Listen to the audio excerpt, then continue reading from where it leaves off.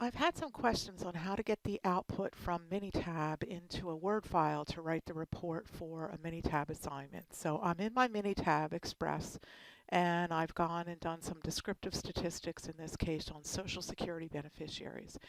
You do have some options here on exporting, but these are not really going to get you what I think is the output that you need to put into the Word file.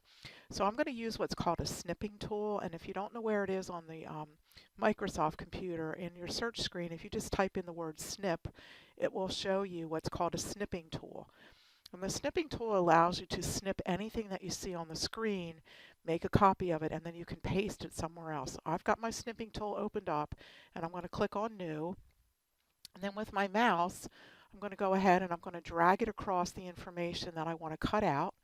And now it's got it into the snip tool window.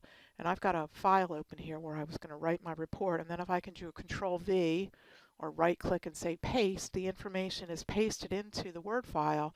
And then I can go and talk about, I see that whatever I want to write here for my particular report, and I would be able to write around it.